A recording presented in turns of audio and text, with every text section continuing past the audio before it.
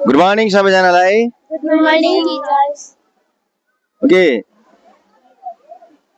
आज यस नमुना ज्ञानोदय एकाडेमीले आयोजना गर्न लागिरहेको कार्यक्रम भित्र कस्ता कस्ता कार्यक्रमहरू रहेका छन्, कसैले प्रश्न पारिदिनुहुन्छ? आजको यस कार्यक्रममा पूर्व शिक्षकहरूलाई सम्मान गरिन्छ अनि सधैँभरि भइरहने वार्षिक खेलकुदको नतिजा प्रकाशन गरिन्छ। विद्यालयको इक्जामको रिजल्ट पनि प्रकाशन गरिन्छ।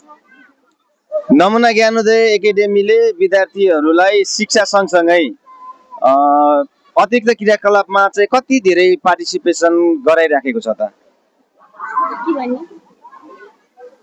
गराइरहेको छ धेरै। नमुनामा विभिन्न किसिमका खेलहरू पनि हुन्छन्। सबै खेलमा विद्यार्थीहरूले भाग पनि लिन पाउँछन्। राम्रो भइरहेको छ।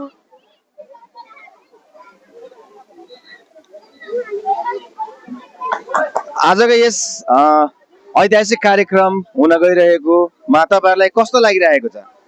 हामीलाई धेरै नै खुसी लागिरहेको छ।